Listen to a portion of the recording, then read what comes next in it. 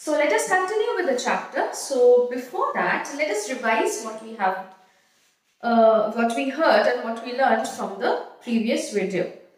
We were reading the chapter, Unit 7, A Visit to Cambridge, and we were talking about a journalist and Stephen Hawking, who is a great astrophysicist.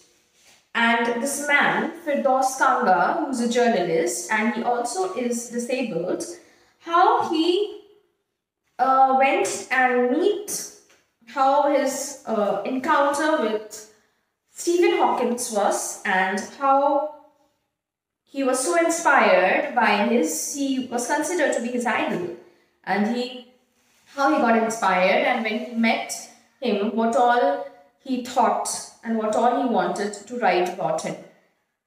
So let's start. Before you, like a lantern, whose walls are worn so thin you glimpse only the light inside, is the incandescence of a man. That means the inner glow or the light can be seen in the eyes of Stephen Hawking. The body, almost irrelevant, exists only like a case made of shadows. So that I, no believer in eternal souls, know that this is what each of us is. Everything else is accessory. That means whatever, nothing essential but extra though decorative. So nothing, only the thing that we have it inside, the feeling, the knowledge, and all the hard work, the brain behind that man who is sitting on the chair without moving for years. Not only her fingers are working, and how intelligent he was, what a genius he was. So that means nothing matters. No accessories can compensate that quality that he had in him. What do you think is the best thing about being disabled? I had asked him earlier. I don't think there is anything good about being disabled, I think I said. You do discover how much kindness there is in the world. So being disabled, there's nothing good in that, or being disabled, but you can experience the kindness that people have in them. And that is how you discover it. Yes, he said, it was a disadvantage of his voice synthesizer that it could convey no inflection.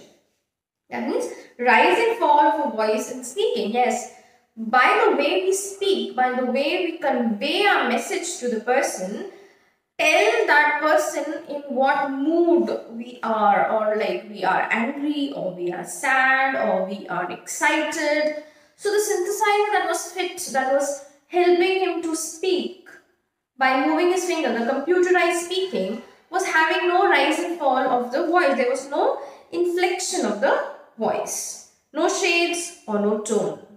And I could not tell how enthusiastically he agreed with me. Every time I shifted in my chair or turned my wrist to watch the time, I wanted to make every one of our 30 minutes count. I felt a huge relief and exhilaration in the possibility of my body. So the time he had been given by the appointment of 30 minutes, he wanted to spend each and every second with the man that he always wanted to meet, and wants to know him more and more. And he felt a huge relief and exhilaration in the possibility of my body. How little it mattered then that I would never walk or even stand. So how little it mattered. That means there was nothing. He was sad that he was disabled. It didn't matter to him at all when he was front of Stephen Hawking. I told him now how he had been an inspiration beyond cliche for me and surely for others. Did that thought help him? A cliche, it's a phrase or an idea used so often that it loses its meaning. So a cliche is something that doesn't actually, it loses its meaning actually. So I told him how he had been an inspiration beyond cliche for me and surely for others. Yes, means in spite of he being on the wheelchair, couldn't move any part of his body, couldn't speak, but he was a genius. He was a man who was behind astrophysicist. He was an astrophysics. Behind the genius behind his mind was excellent or extraordinary, to be the right word. No, he said, and I thought how foolish I was to ask. And what did he ask? And did that thought help him that he was the inspiration behind so many people around? When your body is... No, he said, and I thought how foolish I was to ask. When your body is a claustrophobic room and the walls are growing narrower day by day, it doesn't do much good to know that there are people outside smiling with admiration to see you breathing still. So the claustrophobic, that means he was in a very suffocating situation, sitting on the wheelchair, no sign of improvement, there is no remedy, there is he couldn't move his body, he couldn't speak, he can only move his finger to speak. And every day was like coming to an end of his life. Everything was becoming narrower and narrower. It was in a very suffocating situation. And he said that in spite of all these things, it doesn't matter much to know that there are people outside smiling with admiration. People admire him for who he is, but couldn't get to know actually what he is feeling. He is feeling, he couldn't, it was all very suffocating behind, all around him. And admiration to see. So, is there any advice you can give disabled people? Something that might help make life better. They should concentrate on what they are good at. I think things like the Disabled Olympics are a waste of time.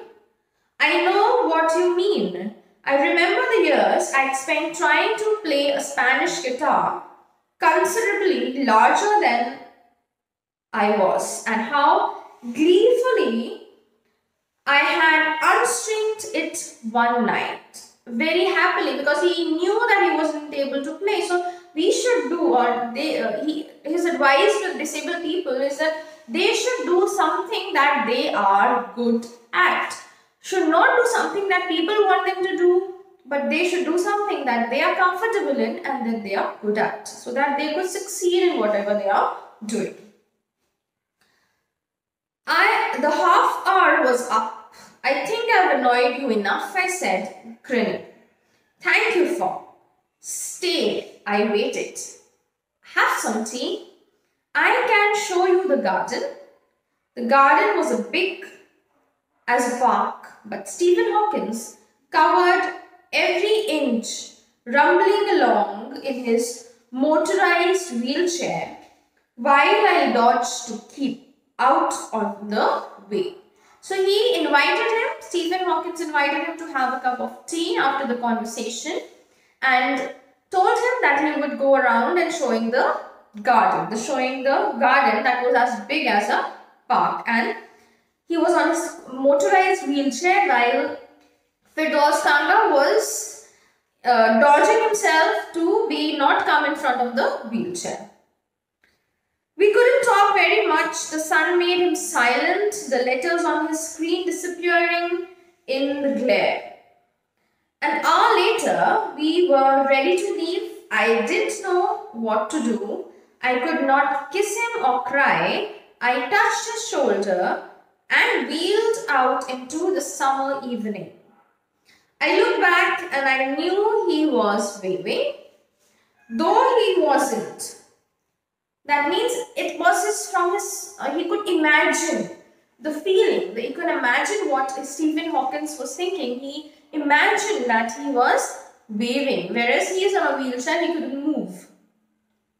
So watching him an embodiment of my bravest self, the one I was moving towards, the one I had believed in for so many years, alone I knew that my journey was over for now. So the meeting is over, his feelings have, his desire to meet him was fulfilled. His belief was, one I believed he had for so many years, he had that desire to meet Stephen Hawking, who was same like him, but he was not in a same position as Stephen Hawking. Firdaus Kaka was also on a wheelchair, but not as Stephen Hawking was. So he was very happy, and he knew that this journey of talking to him, of having a great interview with him, was over. And it was over for now. So he looked forward to seeing him again whenever next time he would meet him. So I hope you have understood the chapter. Kindly read the chapter and watch both the parts of the video and mark the answers.